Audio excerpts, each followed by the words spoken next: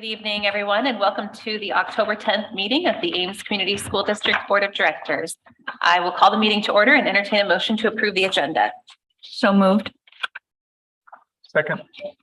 Moved by Smith, seconded by Becker. All those in favor say aye. Aye. Opposed, nay. Passes 7-0. And we will now join together in reading our purpose statement. And we invite anyone in the room to join us. I will wait just a second till it's up on the screen here.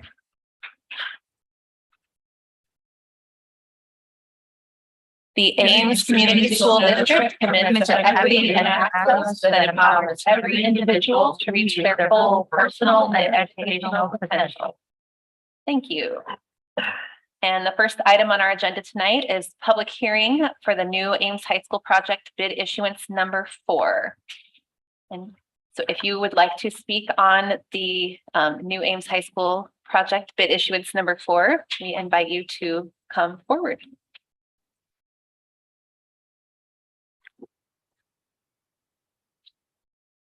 And we do not appear to have anyone. We don't have anyone on Zoom either.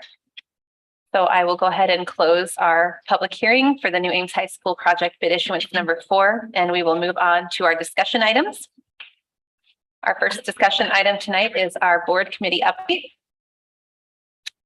And we actually have not had any board committees meet since the last board meeting. But are there any committees that would like to give an update? One thing I would like to just mention to the committees, if you notice, we have two committees meeting on the 12th, the one on the 13th. It seems like maybe we should consider staging the committees a little bit better. I don't know if that's something the 3 committees involved could take up. I know facilities, there's a specific reason it's when it is, but maybe policy and equity could consider being off week so we don't overload staff the same week with a bunch of prep. So that seems like a reasonable suggestion. I think it's probably best to leave it to the committees. Committees, if you want to discuss after the meeting, whether we want to move one of those off from this week, and then making sure moving forward that we stagger those a little bit better. So. Yeah, I think that's something JD could help us avoid shooting ourselves in the foot. Yeah. Yeah.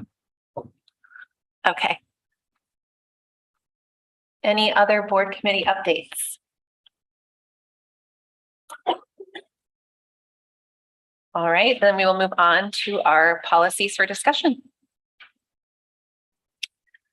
So these were all covered in the minutes that we had from our last meeting that Elisa could talk through, largely just updating language and formatting for ISB models. I don't think there was anything controversial in there, but if you have any specific questions or anything you want to add, Elisa. Well, I was just going to add 2 things that I thought of when we had them listed on meeting, or let's see, it's policy 210.5 meeting notice. I will just call attention that we did,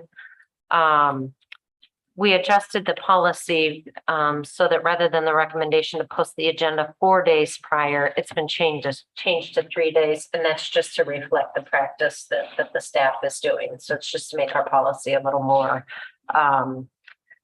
consistent with what staff's doing. And then the other thing I would just call your attention to is on 211, which is open meetings, just so that you're aware that, again, it aligns with IASB model, but you should be just aware, but the IASB did suggest the flexibility of enabling members to attend meetings virtually. That's open meetings. And so we did include that in the policy. It will be different for closed meetings, but that will come likely at the next meeting. So just wanted to call your attention on those 2 specific changes. Any questions or comments on the policies for discussion?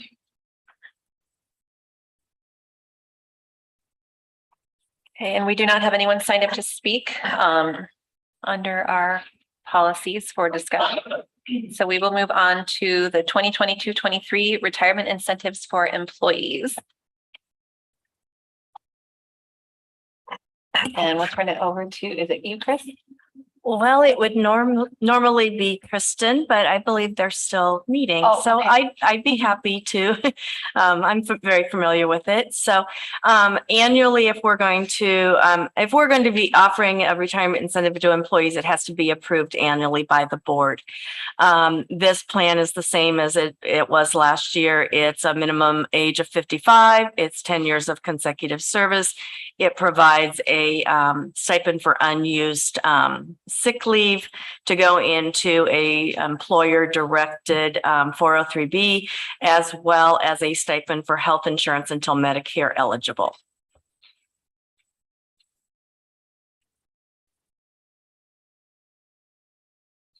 Questions on the retirement incentive?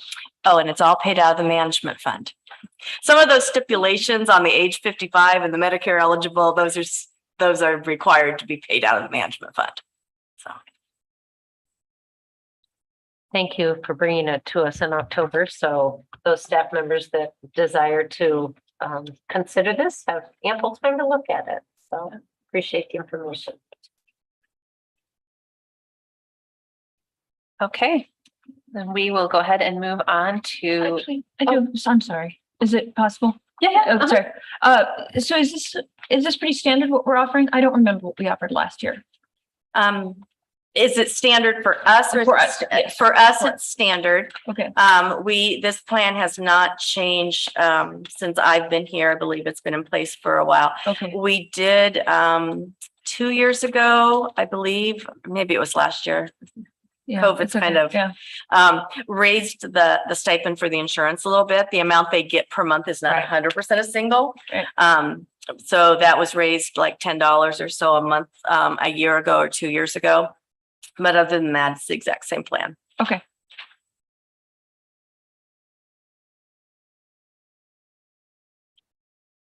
Okay, we will go ahead and move on to strategic planning facilitation, and we'll turn this over to Dr. Lawson.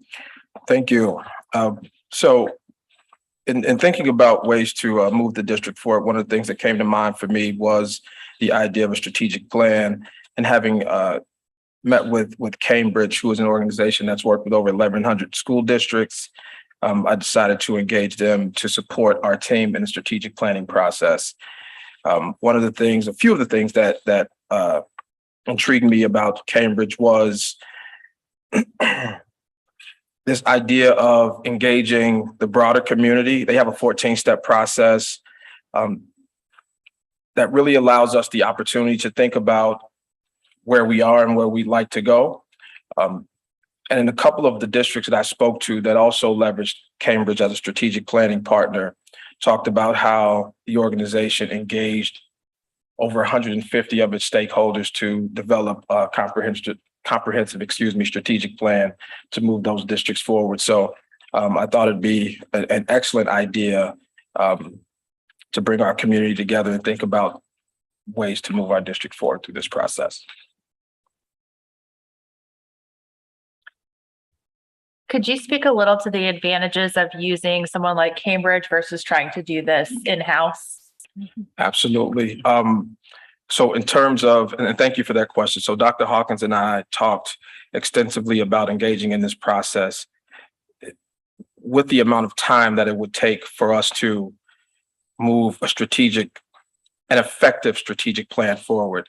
We just wouldn't be able to invest the amount of time required to engage, to do the deep thinking that's required to move a plan like this forward. Thank you. So when we bring in an outside consultant to do this, which parts will we do and which parts will they do? Which parts of the strategic? Yes. Well, I mean, presumably there'll be lots of meetings with internal stakeholders, external stakeholders. Sure. And ultimately, how does the authoring of the final document go? Things like that. Yep. So the format and the plan is ours based on where we are. Right. They bring the stakeholders together through their process, and really pushing our thinking about where we are now. Have we really identified where we are now? So they have a process that really takes us deep into our organization's thinking. I'm not sure if this answers your question. I'm sorry. And then authoring the final document is a sort of a co-author between us and them, or how does it work? Where they author the first draft and then we do? We respond to it, or how does that work? So we actually authored a document. Okay. They push the entire community's thinking around Okay. what goes into moving our district forward. Okay. So we own the actual, obviously the contents of the plan, but we own the structure of the plan as well. Okay. Yeah. Great. I had a couple questions. So it's a 14-step process. How long do they anticipate it to take till the plan is put in place? About before the plan. Not the length of the plan, but how long before we start initially addressing the plan? Like the plan is done, we're not in Yep, about 5 to 6 months. 5 to 6 months. Which again is one of the things that caused us to change this idea of Dr. Hawkins and I and our team being able to engage.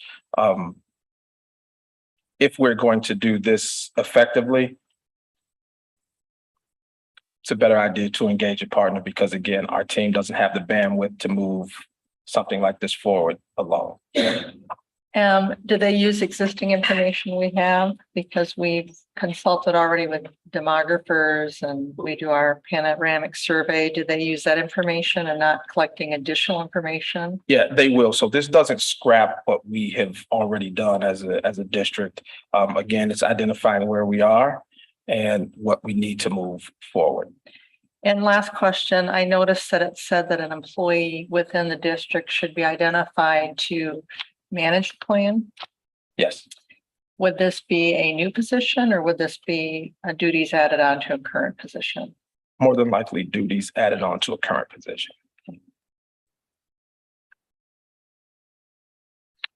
I had a couple questions. How did you come to this group? Have you used them before, or is someone you know used them before as a recommendation? Yeah, so a couple of folks, so Ankeny School District actually used them, and there are a couple of folks out of Chicago that used them before. And so I just reached out to figure out exactly what the process was. And ultimately, I wanted to know, was the final product a product that you feel as though will move your district forward? And I received positive replies from those aspects. Okay. Then I guess the overall question I have from the board perspective is, how does this fit in with us revisiting like mission and vision? Is that process of the board working with you on mission and vision part of this process, or Yes, is it a it is. precursor to the process? So that becomes a part of this process. Okay.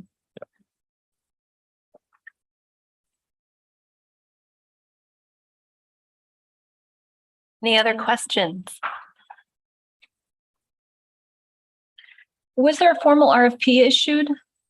Or just we sought proposals from a few entities, or how does this work? No, so So we, there was no formal RFP issued.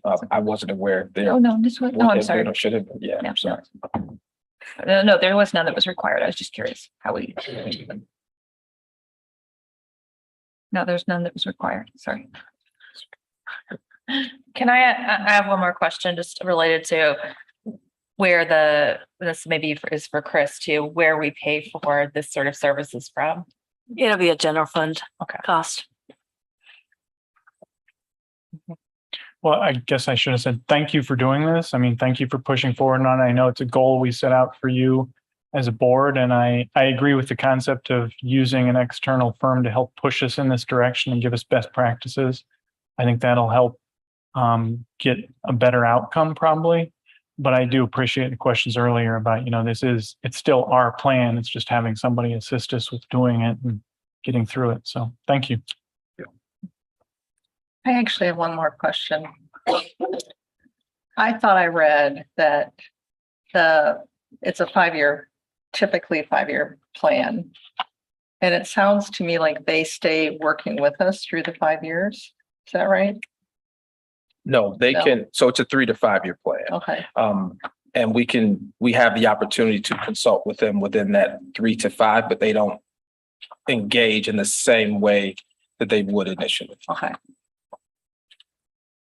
And so to figure out exactly what that looks and feels like for us, Dr. Hawkins and I have started to meet with partners on exactly what that 3 to 5 year refresh looks like. So yeah, we wanted to figure out before we engage deeply with this organization, if that makes sense for us. With a goal to start at the beginning of next fiscal year, maybe? Or sooner.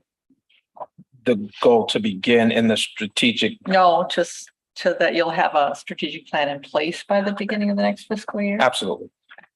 Absolutely. So we'll have a finished strategic plan in place prior to the close of this school year.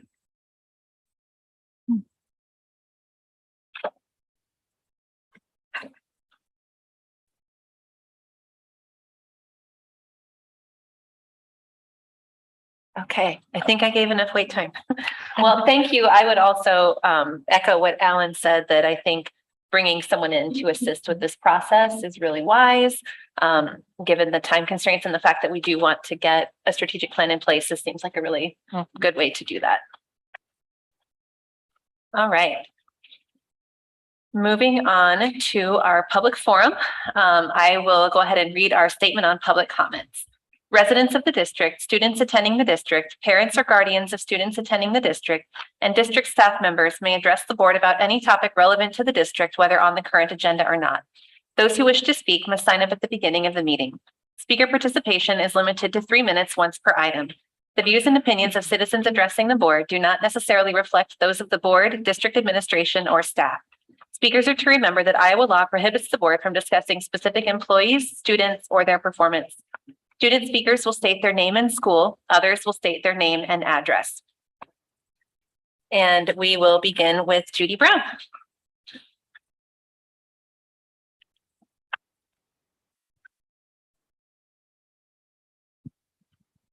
Judy Brown, 5423 Tennessee Street here in Ames. Thank you, each and every one of you, for allowing us to keep bringing these tributes for Wayne Hansen. Tonight's tribute I'm reading is on behalf of Christopher Okiishi, MD, class of 87, Iowa City, Iowa. And I state his name now because you'll understand in the first paragraph. I'm pleased to write this letter in memory of one of my most revered high school mentors, Mr. Wayne Hansen, and add my voice to those seeking to name the new auditorium after this fine educator. Working with Mr. Hansen in high school left my many indelible memories. The school board agenda starts with the 5 priorities of the school district. This seems a good framework to use in praising Mr. Hansen. Number 1, educational equity and improvement. Mr. Hansen helped us see that in theater and in life, you need to fill your part of the big picture and make your sphere of influence better. As is clear from my last name, I was not part of the racial or cultural majority at Ames High. This didn't matter. I was able to participate fully and indeed encouraged to think beyond my personal experience to understand others, both as colleagues and as characters.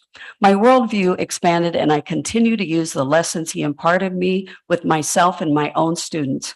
He encouraged us to make improvements at every step of the process. Number 2, transparent financial planning. I have run 4 different theater companies and have been involved in every level of financial planning. All of this stems from my work with Mr. Hansen. His level of transparency in financial matters with a team of high school students is remarkable. We knew all pertinent details of the budget, why we were spending what we were, and how we would frequently use invention to meet the shortfalls. We were praised in being resourceful. Much of theater and life depends on careful financial planning so that creativity can soar unstifled. I got a head start on this thinking from Mr. Hansen. Number 3, recruitment, retention, and development of high-quality staff. We were given opportunities to stretch our wings and try new tasks. And once a spark of talent and leadership was noted, we were encouraged to grow and develop. Number 4, clear and consistent communication to support positive and proactive relationships. We were encouraged to write, design, and direct our own productions. We were also encouraged to respect the plays we were producing to form a dialogue with the audience. Number 5, a safe and responsive system that promotes mental health and well-being. Mr. Hansen was generous and supportive. He was clear in his expectations, reasonable in his assessments, and had held students to their word and their level of ability. Mr. Hansen fostered self-esteem and self-reliance through accomplishment, goal setting, expanding reach, and judicious praise. He prepared us for a world that would expect much of us and readied us to be able to deliver with confidence and creativity. I left Ames High with the tools and confidence that with work and collaboration, I would be able to find a place in the larger theater world. These lessons are part of the bedrock of my life. For this, I thank Wayne Hank Hansen. Thank you so much. Thank you, Judy. Victoria Van Forest.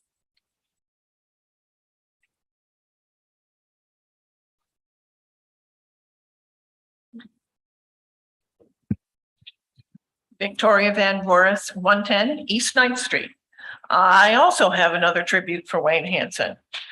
This one is from Mark Gruber.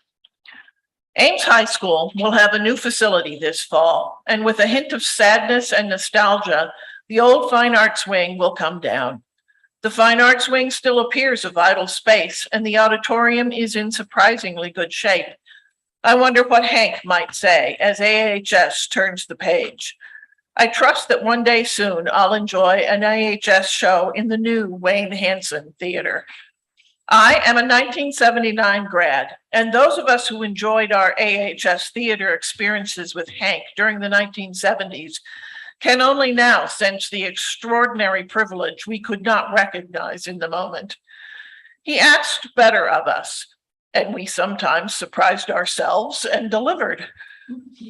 Nearly 50 years after first meeting Hank, I can say life was good then, and Hank was a powerful shaper of our time together.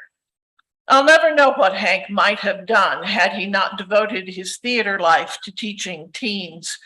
Personally, I chose a life in the theater, and after working professionally and teaching at several colleges and universities, it was a healthy dose of my AHS experience that gave me an imagined life as actor, director, and playwright. I smile when I remember Hank's bravado that lifted many of us, lifted me to believe that the play is the thing, or rather that theater was and is powerful. Hank's play choices, his direction, his shaping the way plays can be art, spilled over us in casting, rehearsals, and tech builds. We staged Julius Caesar and Medea, for goodness sake. We took his ambition to stage big plays as regular and normal for any high school. What he offered was not typical, but how could we know that then? During our sophomore year, we heard the stories of Hank the Prodigy, when at UNI he played a stellar Hamlet. Looking back on my own preoccupation with the great plays tradition in theater, I can confess 45 years on that Hank shaped that for me as my earliest influence. What a credit to him who helped give birth to the legion of actors like myself, who carried on the stage, the play, a life in the theater. So many lingering memories, snippets from most of the performances we shared, too many vivid, colorful memories to name here in a tribute to this mentor, though I'd love to visit with all of your vivid theater memories in our shared Hank experience, mostly in the great plays tradition that Hank loved. Thanks, Hank, for passing it along. Mark Gruber, class of 1979, former theater professor, Des Moines, Iowa. Thank you, Victoria. Zach Diego Dantes Pinta.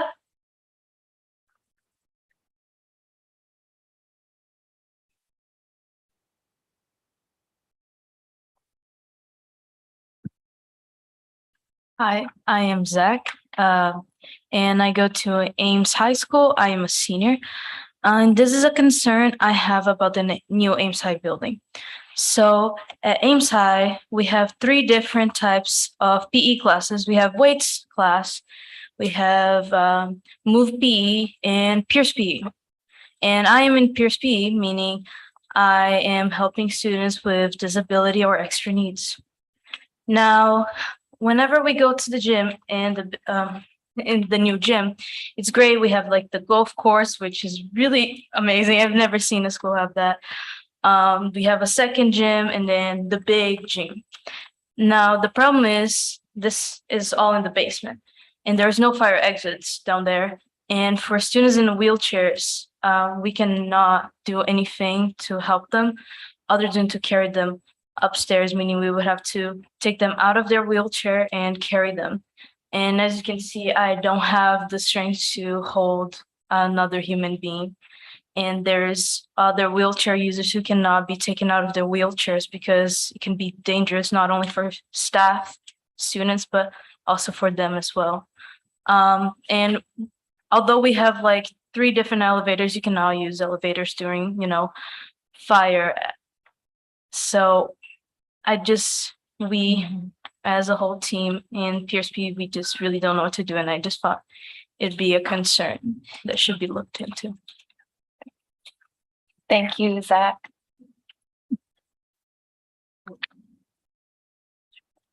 And just in case folks don't know, we do follow up with you after the meeting. So we'll make sure to send an email with responses for you, okay?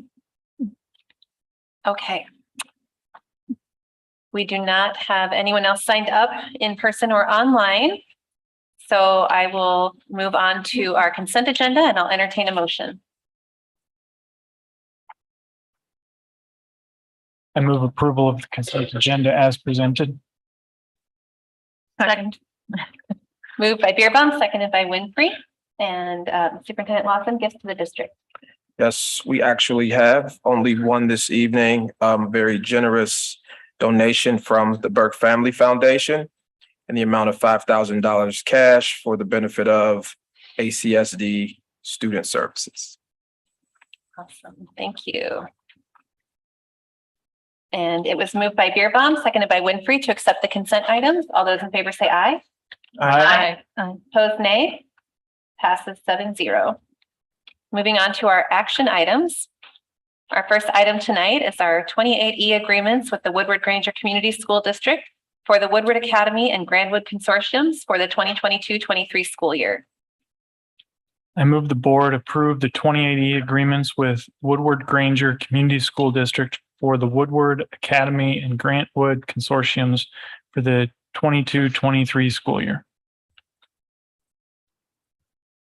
Second. Moved by Beerbaum, seconded by Linkaitis. Discussion? All those in favor say aye. Aye. Opposed, nay. Passes 7-0. Lutheran Services of Iowa Real Estate Purchase Agreement, Beloit Campus. I move the board approve the real estate purchase agreement for the property locally known as 1323 Northwestern Avenue, Ames, Iowa 50010 for a purchase price of $2,625,000. Second. Moved by Beerbaum, seconded by Linkaitis. Discussion? I would like to voice a concern that we're being asked to make a premature decision on this property purchase. As you know, the results of the annual Iowa statewide assessment of student performance, the ISASP, are in, and the result is as paltry for our Black and Brown students as we've unfortunately come to expect over the last number of years. And I know we're going to be perusing those results in our work session tonight. But what I want to say is that I don't see how we as elected members of the Ames Community School Board are expected to make an informed decision tonight about the purchase of a $2.5 million piece of property for allegedly an alternative learning center prior to thoroughly understanding the ISASP results. We in this district continue to fail our students of color, particularly our Black and Latinx students, not to mention our special education students and English language learners, especially in the foundational areas of English language, arts, science, and math. I know that some would argue that an alternative learning center is the ideal answer to all of our educational woes, that we shouldn't even give the matter a second thought. But I, for one, think we should give it a second thought and a third and a fourth.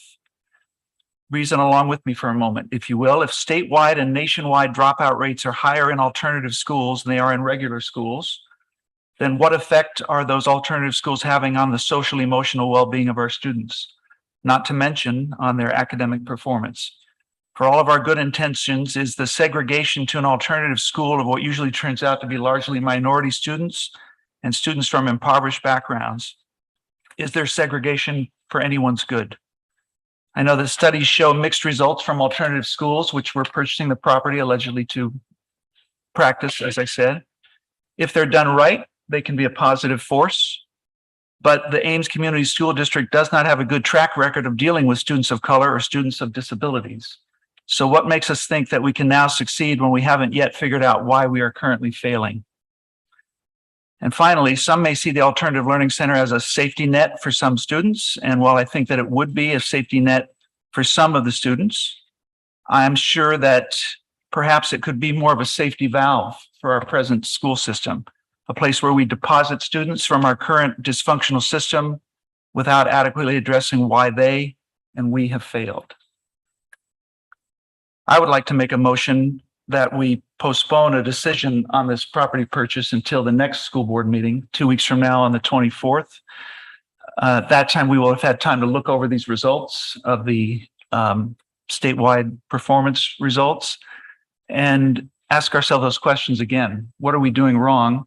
And is simply having a new site going to solve those problems? I think it's good that we continue to discuss it tonight, but I would like to wait to make a decision. And I know that would require a second. If that doesn't happen, that's fine, but that's what I'd like to move. So can I ask a procedural question? We've just had a motion to amend. I'm trying to think back to what We've had a motion to postpone the vote. The vote. So if I were to second this, does that mean that then we can have discussion of whether to postpone the vote? Yes, and then we would vote on whether to postpone the vote. And then Okay, we would and then- yes, return, right. yeah, Okay, so depending on the outcome, Yes. return to the original I understand. discussion. Okay, so for the purpose of having a discussion of whether to do this, I second it. Okay, so it's So then we moved can by Becker, seconded by Smith to Yes. postpone the vote Yes. until our next board meeting. Yes, so that we can discuss this. So then we can have now discussion on that topic only, on whether to postpone the vote.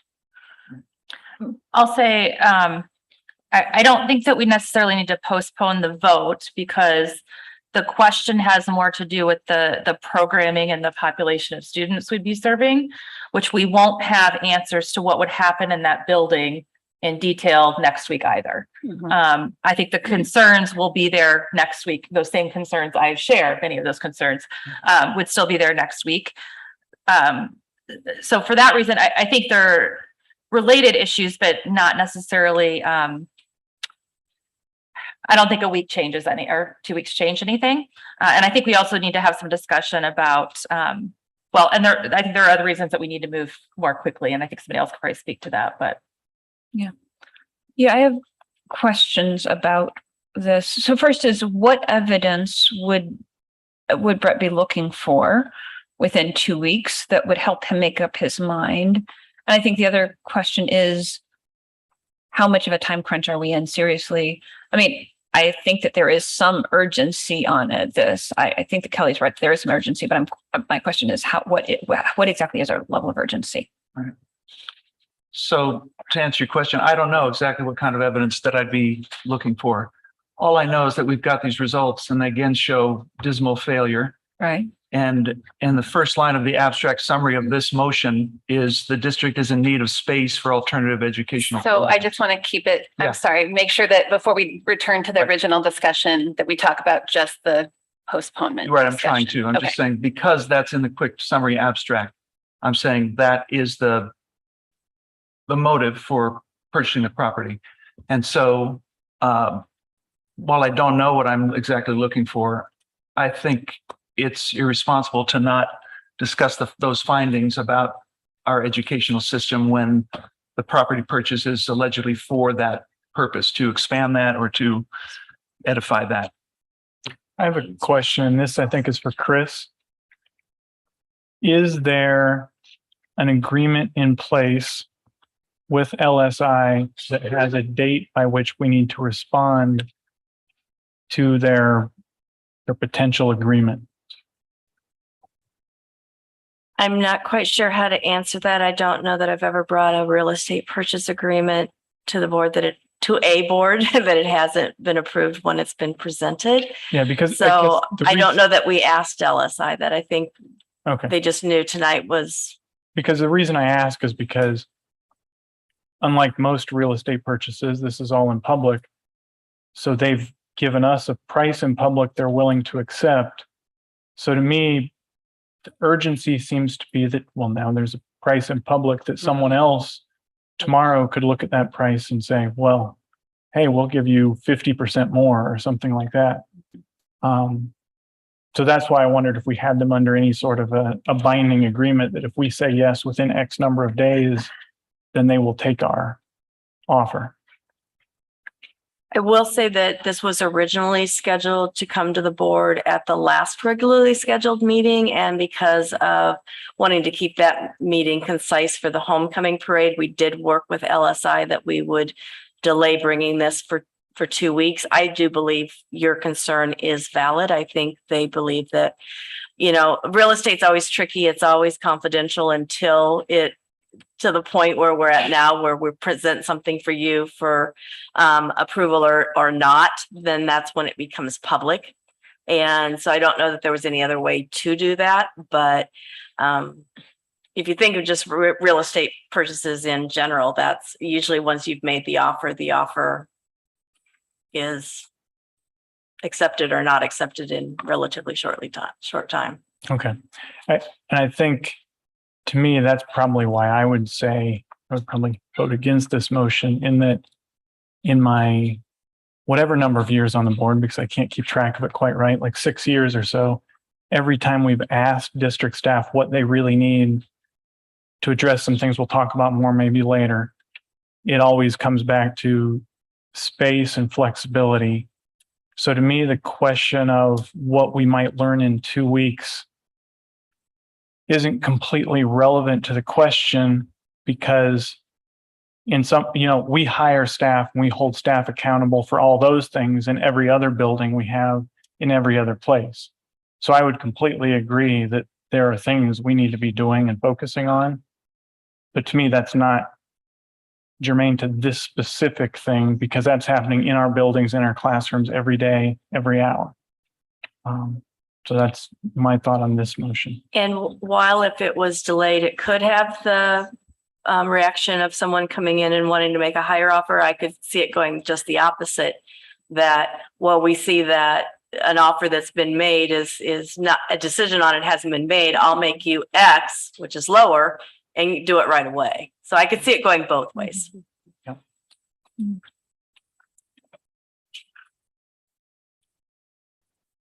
Okay, so it was moved by Becker, seconded by Smith to postpone the vote.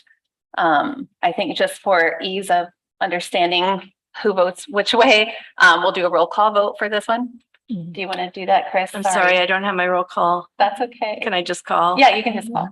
Director Beerbaum, No. Director Winfrey, Nay. Director Becker, Yes. Director Lankitis. Aye. Director Shields Cook, Nay. Director Smith, Nay. and Director Franson. Nay. Sorry about that. I didn't know we were doing a roll call. That's okay.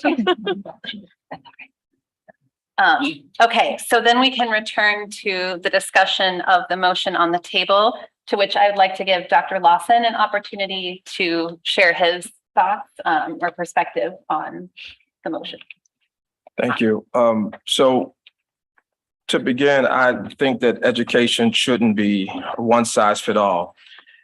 And so there's several ways to define alternative learning. So initially in my mind, like many others, I default to that image of a remedial school that offers a last chance for struggling students.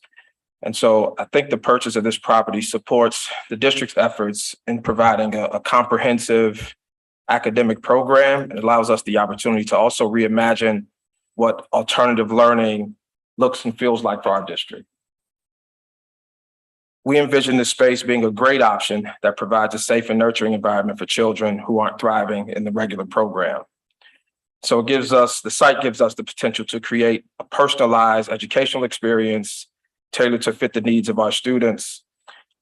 this is critically important to us, and we've already started a discussion to engage with the program that partners several organizations that have a footprint right here in our community. Iowa State University, the College of Engineering, Chevron, 3M, John Deere, as well as Harley Davidson. So one of the things that I've learned since I've been here in Ames is that our resources are vast, and there's a high level of interest from our industries, trades, and business partners to foster student development. And so for me, this is the best kind of alternative learning, and the potential benefit for our students in our district, I think, is great. Can I ask you, so you said that you've just started, that you've had discussions with these business partners, ISU and these Chevron and these other business partners. This is for the career development component of it, or the sort of the more, I guess, remedial component of it, or both? So the career component of it, Okay. the short answer to your Okay. question. Okay. Yeah. Great. But you are at this point envisioning both of these different components that Jeff gave us in the presentation maybe a month ago. Yeah, and so in thinking about the remedial component, Right. that's what happens if we don't have Right. the job embedded component. Okay. Right. And so our thinking is best case scenario. Right. And so what we like to do as a team is really sit to plan to make certain that we don't Right. get this wrong for children. Right. So, of course, I think as Dr. Hawkins stated several weeks ago, Mhm. it could absolutely go wrong. Mhm. But I think good planning allows us to avoid that. Mhm. And so that's what we're shooting for, the most effective types of programs for our students. Can I clarify one thing on what you said there, Dr. Lawson? And I think it's more for clarity for people that might not know some things that happen within the buildings. A lot of the current remedial aspects of what we do to supplement instruction for students and things like that are already and will continue to happen in the buildings through support programs and assistance programs there. This is only meant for, as Dr. Hawkins presented, for an extreme level where someone really needs a completely different environment in order to be successful, and then to be able to come back to a more standard environment, correct? Yes. So this isn't a dead end situation. And so if we are going to truly have an equitable system, then we need to have alternatives other than expulsion for students of color. Mhm. Again, do we need to make sure that we get this situation right? Absolutely. And that's where our work is, and getting it right. So let's say, just a hypothetical, that kind of gets to what Brett was saying and something you brought up in that work session that I was kind of sitting with later. So let's say we have this, remedial alternative for expulsion option, and we find that these students are overwhelmingly Black and brown students. What happens? Do we change something that's happening in the regular schools to prevent Black and brown students from being disproportionately in those alternative settings? Or does that make sense? Sure, that's certainly something to examine. I think we need to figure out why these programs have the number of Black and brown students that they have in them.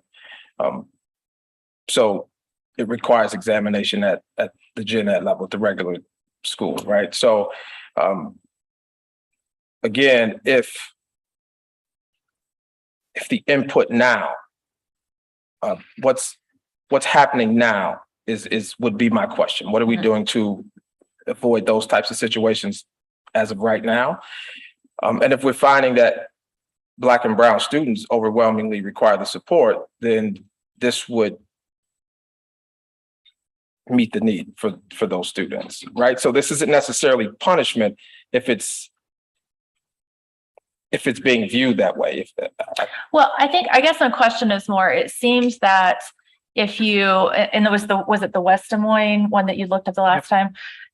that if the students that are in that alternative setting, particularly for behavior issues or remedial issues, are overwhelmingly Black and brown, to me, that says there's something wrong with our regular general education system that's not serving those students. And I worry that that having that kind of place to help those students means that we don't have to do the work to make sure we're adequately serving those students in the regular building. Now, I'll say as a side note, I know there are lots of other reasons that we need that alternative site and alternative programs, but in this one specifically is where I get a little hung up too on what does that look like down the road? And are we willing to say maybe the alternative isn't the solution? Maybe that's a symptom of the problem with what's going on in the building. So for me, without completely understanding why those students have been assigned to that setting, I wouldn't be able to say that having a larger number of Black and brown children in those settings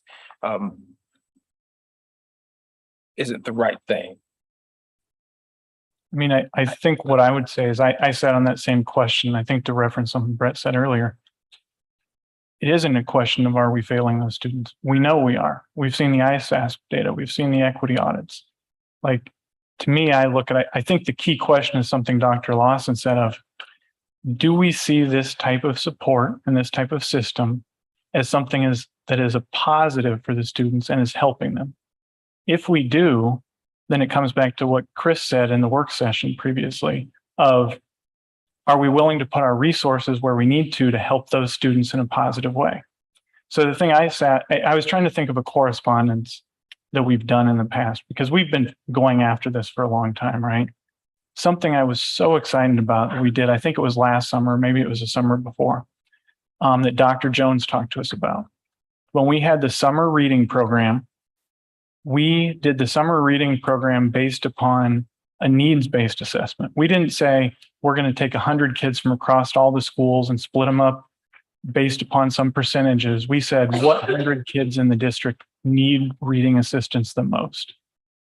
And we didn't say, well, if there's 100 kids, only 7 of them can be Black because that's what our percentage is. And if there's an 8th, they can't go. We said, what are the 100 kids that need the support the most?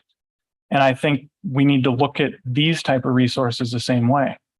I think originally we might, in the first set of students, have something we wouldn't necessarily like, but we already know we have that, right?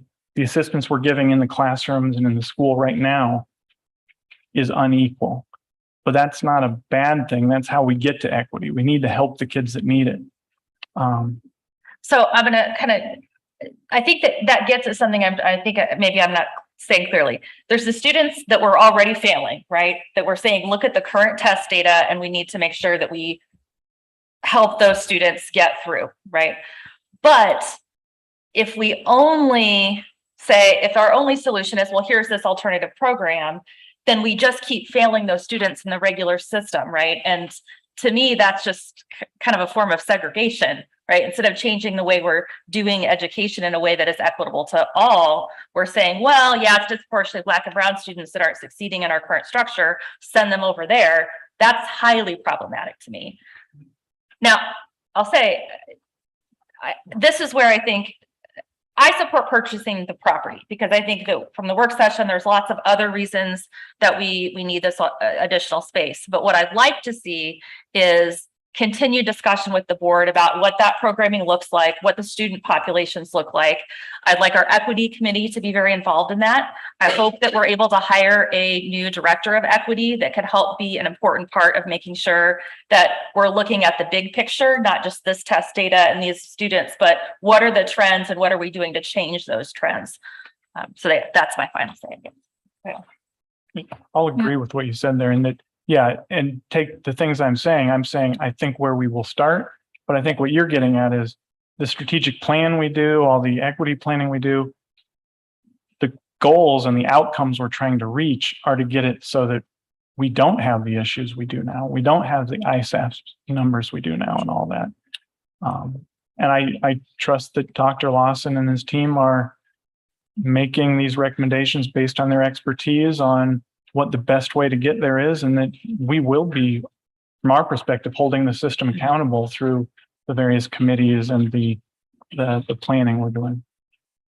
Yeah. So the school district isn't, the Ames Community School District is not going to be able to eliminate racism and histories of long histories of racial inequality. We're not going to be able to eliminate all vestiges of the histories of slavery and everything that, and racial inequality and segregation that entails in our society.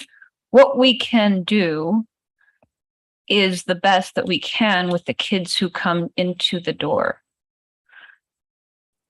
And what that means is kids are going to come in with uneven needs. And we are currently also failing to treat equitably the students who come in. So we are never going to be able to eliminate all societal vestiges of all of the things that have led to an incredibly unequal racial and ethnic distribution of everything in our society. But we're also not doing a good job with the kids who come into our door where they are.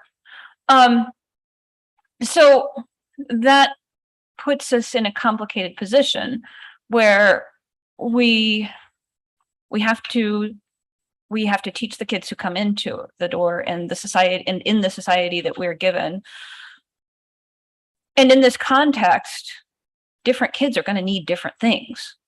And there are also kids who are going to come in with every socioeconomic advantage and have mental health issues, or who are going to have gender issues or histories of family abuse, all kinds of issues that are going to make it really hard for them to succeed in the public schools. We have to have a way to equitably deal with students who have come in with radically different needs from each other, some of whom have really intense needs.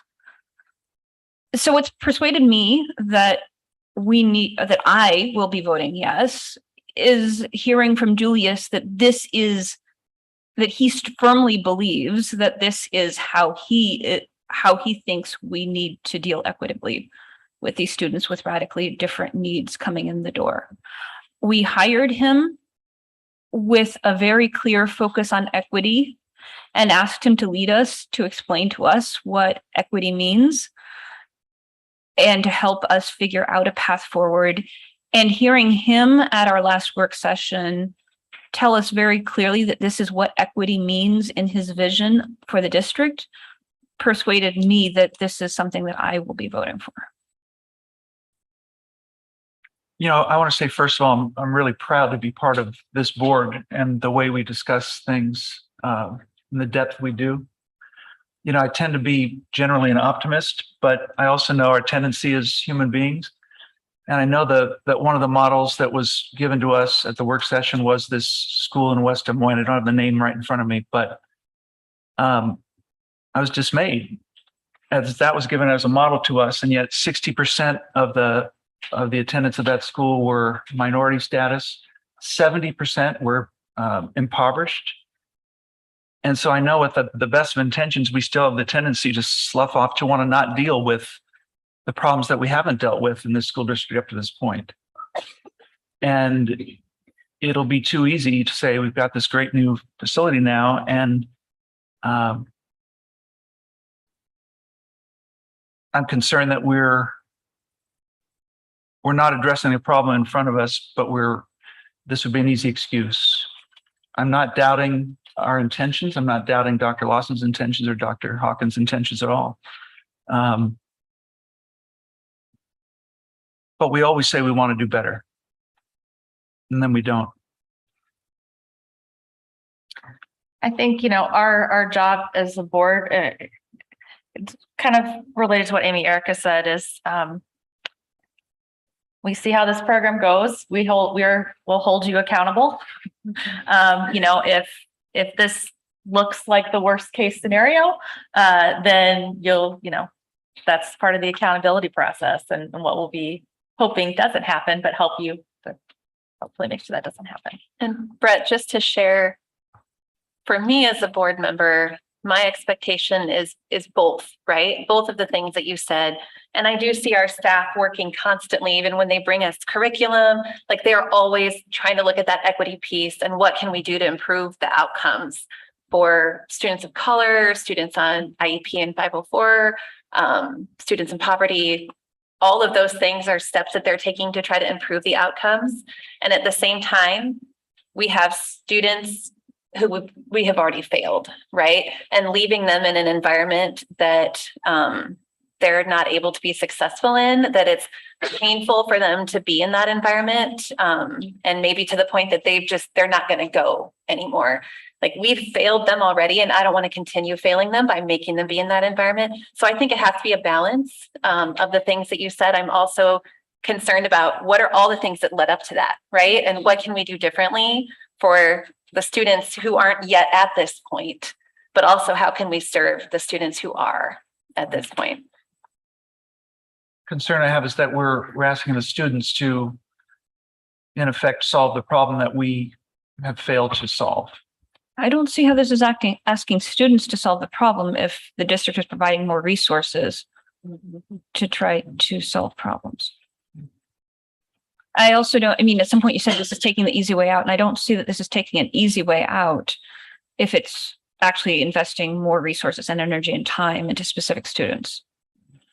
Though you may disagree with how we're investing their energy and resources and time. Maybe you think we should be investing those resources and energy and time within the walls of the traditional school, but it certainly seems that it's not the easy way out to invest additional to go through all of this. This does not strike me as an easy way out by any means.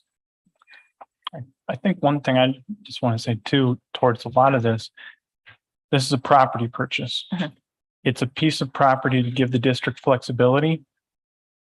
If 2 years from now, or 3 years from now, or 10 years from now, when Julius is still here doing great work, he says, I don't want to do that type of program in this property. I want to do that somewhere else, and I want to do something else here. That's the flexibility we're buying, actually.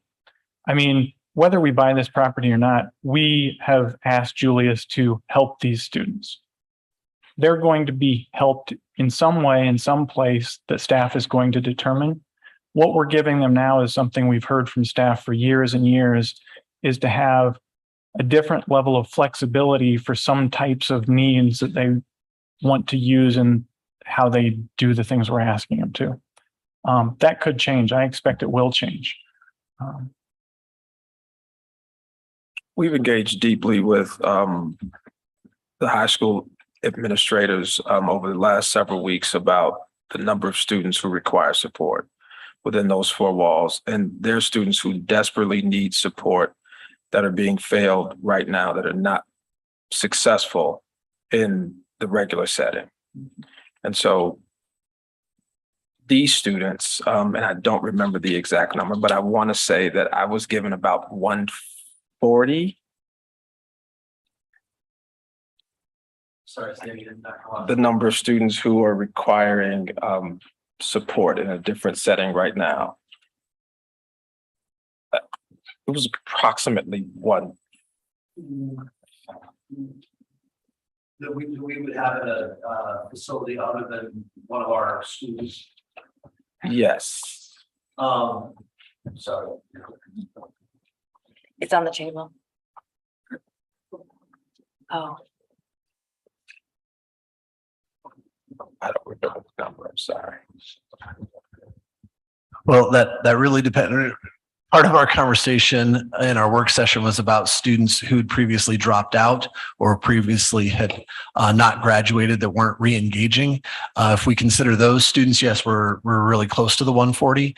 If we're just talking about currently actively enrolled students that are placed in other, no. Not just the currently actively enrolled Yeah, students. then yes, yeah, correct. Sorry about that. And Sorry so- that took so long. That's okay. These are the students that are at top of mind for me. And that's a lot of children. It's a lot of lives that require support right now.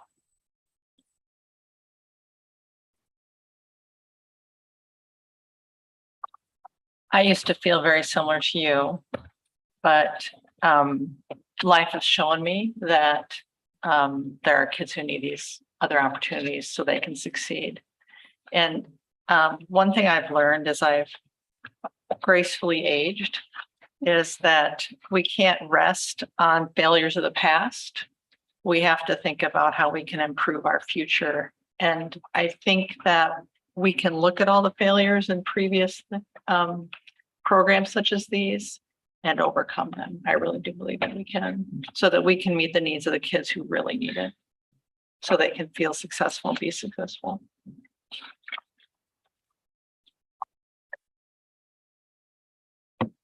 I appreciate all of the comments, the discussion. I think that this is a board that we clearly, we had a deep discussion a few weeks ago at the work session.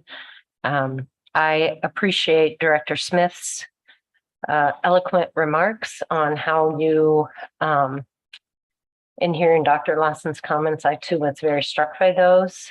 And I think that an area that I keep honing in on is putting the resources in the places that we've identified are needed. And I wouldn't, not we as a board, but our administrative staff. And so I appreciate them bringing it to us and as an opportunity of something that they believe they can, so often we say, well, what can we do to help? This is something that we can do to help. So I appreciate them bringing this to our attention.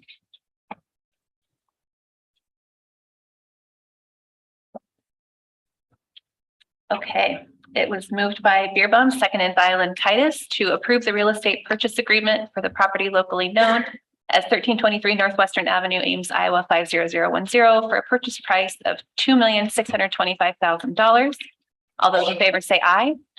Aye. Opposed, nay. Nay. Passes 6-1. And our next action item, nope, that is our last action item. So we will move on to our student representatives, board and staff items, and we will begin with items from our student representative.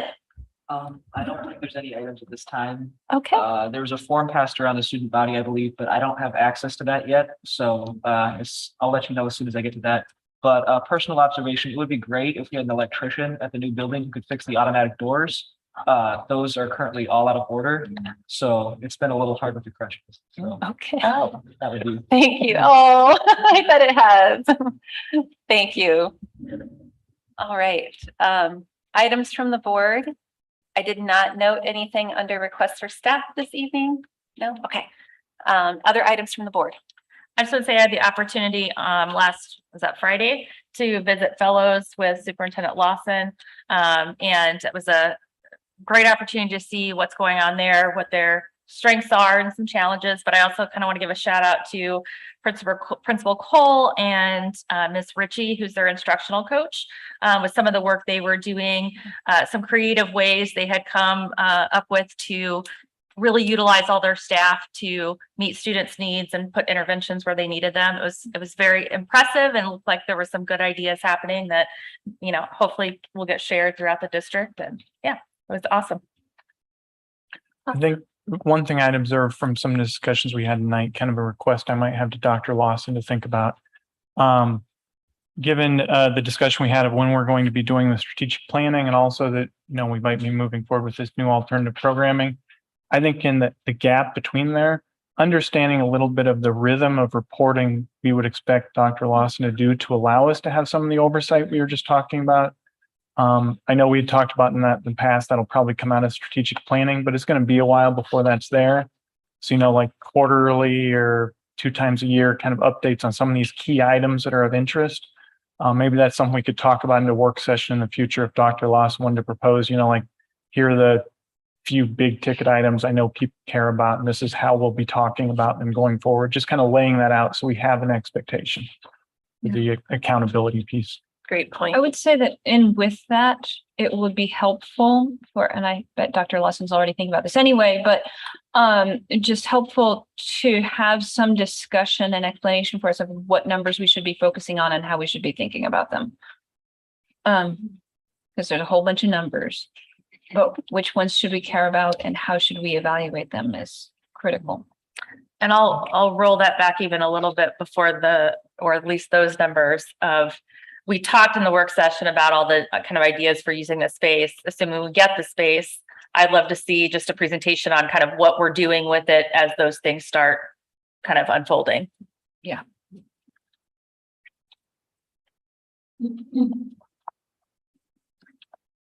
Okay, items from the superintendent.